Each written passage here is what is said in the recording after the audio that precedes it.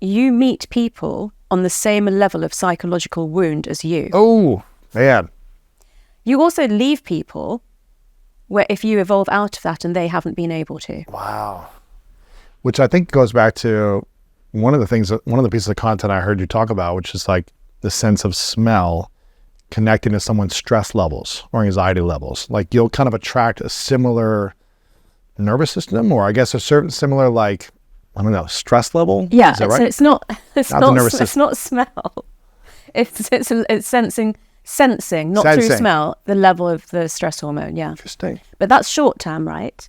But the inner child and shadow stuff is longer term. Gosh, that's fascinating. Yeah. So you think we attract people based on our psychological wounds? 100%. Wow. And as we start to heal and grow, if the other person's not healing and growing, we kind of pull away. Mm-hmm. Wow. That's interesting. Oh, I can see the cogs moving in your I just brain. think it's fascinating. Yeah.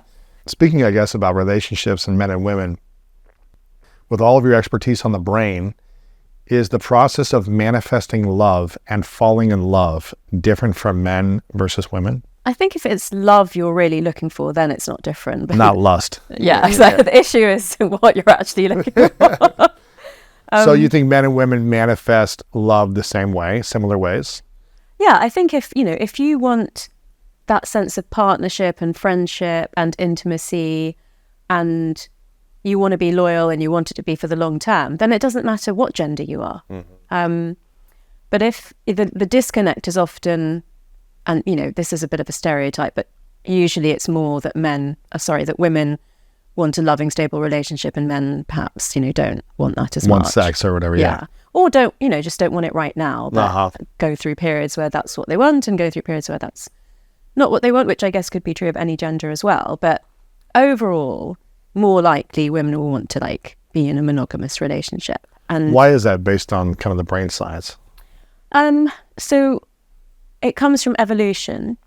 So when we lived in the cave, women did need men to protect them from predators and to hunt for food. So women, especially if they're pregnant too, and they weren't able to go out and hunt or gather or whatever it might be. They generally didn't hunt as much, so they gathered more. But then it's hard to get protein from what you gather rather than what you hunt. So for survival, and they use the fat and the skins and everything. So it wasn't just food; it was shelter and fire and all of that kind of stuff. So although we don't necessarily need a man for those physical things now, it's a very strong survival wiring in the brain. And so what we have, in the cave, we lived nomadically. So often the men would go and hunt and be away for a very long time. Or if they went far enough and they found a cave of the same tribe, they would just stay there and not go back. Why risk your life to travel back for 6 weeks? Right. But over time, a lot of societies in the modern world have asked people to live in unit families. And so we have seen men's brains be rewired. Really? Yeah. So relatively recently, like maybe in the last 10 years, research has showed that when you become a dad for the first time, oxytocin rewires your brain so that you're more into bonding and less into the testosterone competitive stuff. Because if you think about it, lions and tigers, they'll eat their own children. You have to tame that in some ways, right? Yeah. But how do you tame it, but also harness it in other ways? You know what I mean? It's like a dance of having drive and testosterone. Yeah. Like I never want to lose that drive, right? I get this question all the time. But I also want to be like a great loving parent and partner and all these things. Yeah. And not let testosterone drive me in doing damaging things. Yeah. So from about the age of 35, your testosterone will have started dropping significantly already. Not mine. Let's go. One's testosterone tends to drop from that age. So when you do become a dad, it drops after you become a dad for the first time. Oxytocin goes up, testosterone drops. You become much more about cuddling and bonding and wanting to stay in the home and look after the mum and the baby. Less about lifting and hunting, right? Yeah. Interesting. If you keep lifting, then you would actually like keep your Keep it up. testosterone levels higher. Also, if the baby sleeps in the same room as you, then your testosterone levels drop even more. Come on. So you might want to move out for 3 months to a different bedroom. Yeah. I've already told her I'm getting my sleep, the first few months. So your testosterone drops. If you sleep in the same room as the baby. Why is that? Because the oxytocin's becoming higher and higher because you've got this cute little warm thing that smells so nice and is so like vulnerable and dependent on you, and it's like in the room with you the whole 8 hours, of just oxytocin boost. But are women attracted to men with less testosterone? They are when they're not fertile, but they are not when they are at peak fertility.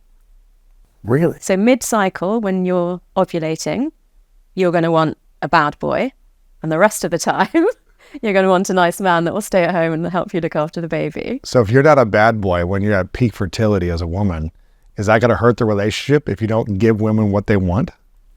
Hang on, say that again. So if a man is not a bad boy, boy, yeah. when a woman is at peak fertility, and the man just wants to cuddle and chill and not be driven by testosterone and give the woman that testosterone feel, will that ultimately hurt the relationship long term if the woman doesn't get what she wants sexually? I mean, I think if she's chosen him by then. So this is more about when you're like in the choosing phase. Once you've settled down with someone, then you have like a logical conversation about, are we trying for a baby or not, right? But logic and emotion are two different things. No, I mean, in relationships, you might logically say, okay, I'm safe, but emotionally you want something else. This is a reason that people cheat. Right, because they're not getting what they want sexually. Yeah.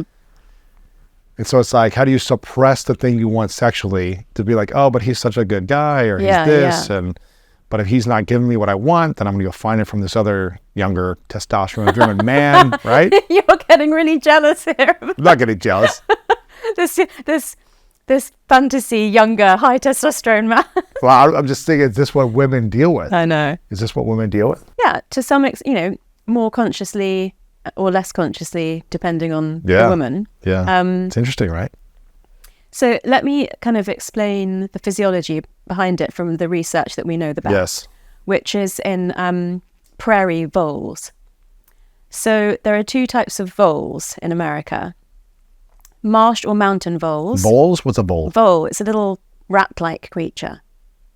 Prairie dogs? No. Not prairie It's dogs. a vole. It's more like a mouse or a rat. Okay, cool. Yeah. The ones that live in the marsh or the mountain, they have plenty of food and plenty of shelter, and they're super promiscuous.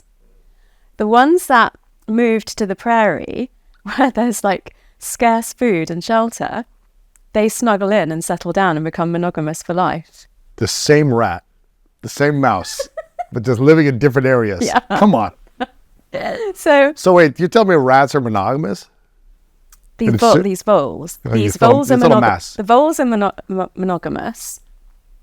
If they live in the prairie. If they live in the prairie, but not if they live in the marsh. But if they have all the food in abundance, they're just... And lots of female voles that they can go and visit. They're just little polyamorous voles. Yeah, huh? They're just... because they know that if they get one vole pregnant and she's left on her own to look after her young, they're going to survive because they're well sheltered. There's plenty of food for her to nip out and bring it back to the babies. Yeah, but in the prairie, if he was promiscuous, then the chances of his offspring dying are quite high because she can't defend the nest herself. She can't find enough food for herself and them without help. And so let's extrapolate this. How does this help humans, right? Okay. Well, which mice are happier? The ones that are more promiscuous or the ones that are coupled? I think it depends on the vole. So you think the female mice are happy if they just, are pregnant, but then their partner just leaves? No. They're not happy? No. How do we know? Can we test that? Okay, so how do we apply this to our lives? Hang on, there is an answer to that. Okay. We test it through levels of oxytocin and vasopressin. Come on, have we done this? Have people done this? Yes. No way. From these mice? Yeah. Wow, that's crazy. And actually, just to be serious, the research has done more to help with loneliness, grief, and heartbreak. But obviously, it's got implications for dating. Wow. So because one of the things that we saw with the receptors in the brain is that, like, if I'm in, no, it's got to be the other way around. If you're in love with me, you've got more vasopressin receptors in your nucleus accumbens, which is on the reward circuitry. And then every time you see me, you get a reward. And the longer that we've been dating and stay together and become closer, that reward becomes more intense every time you see me. However, if we then had a prolonged separation, time can downregulate the effect of those receptors. So obviously there are implications for that in a breakup or grief, right? Right. But one of the things I think is like so important for dating is that if a couple are getting to know each other, and this is all on like heterosexual couples, the research, then as a woman is sexually interested and liking the guy and enjoying the dating, her oxytocin levels is like slowly starting to go up. When they start actually having sex, she's going to be releasing higher levels of oxytocin every time she orgasms, and that's going to make her bond to the guy much more. If you have sex on the first date, the guy's vasopressin levels will plummet straight away, and all he'll be interested in is testosterone. If you make him wait, his vasopressin and oxytocin levels go up, and then when you do actually have sex, he's already bonded, so it's more likely to become part of a loving relationship. Wow.